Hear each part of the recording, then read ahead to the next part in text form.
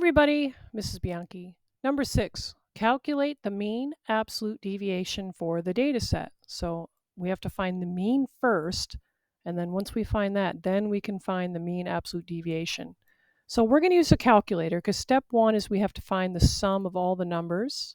So on your piece of paper, you're going to write number 6, sum, and let's take out our calculator and add them all up. So the numbers that we have here are 52 plus 53 plus 54 plus 56 plus 65. And we get this number, 280. Write that down on your piece of paper.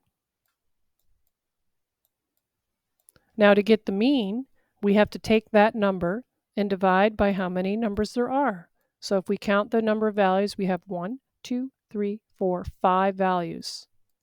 So we're going to take this 280 and we're going to divide it by 5, and we get 56. That's the mean. That's not the mean absolute deviation, that's the mean. So to find the mean absolute deviation, we have to find the difference between this number 56 and each of the numbers.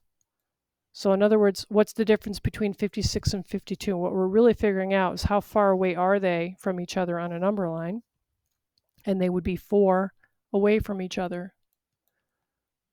Let me move this number down just a bit. So how about these two numbers? What's the difference between these two numbers? They'd be 3 away from each other on a number line. If we do the same thing with the 56 and the 54, they're 2 away from each other on a number line.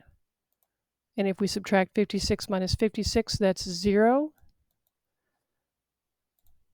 And then if we put the 56 down here, we shouldn't need to do too much with this, but just for those who don't know, you can't take 6 away from 5, so we would have to cross this out, make it 1 less, and this becomes a 15. So you're really figuring out what's 15 minus 6. But for those of you who struggle with those kinds of things, if you had to use a calculator to do 65 minus 56, that would be okay, but 15 minus 6 is 9. Let's write that number down. All right. So here are numbers that we have to find the mean of. The numbers that I have here written in blue. So we have to first find the sum of those numbers. So let's move the calculator out of the way. The sum of the blue numbers, got a cough, sorry. We should be able to do this in our head by chunking things up. So how about we do, let's do the 7 and 11. 7 plus 11 would give us a sum of 18. We have to divide that still by 5 because that's still how many data points there are.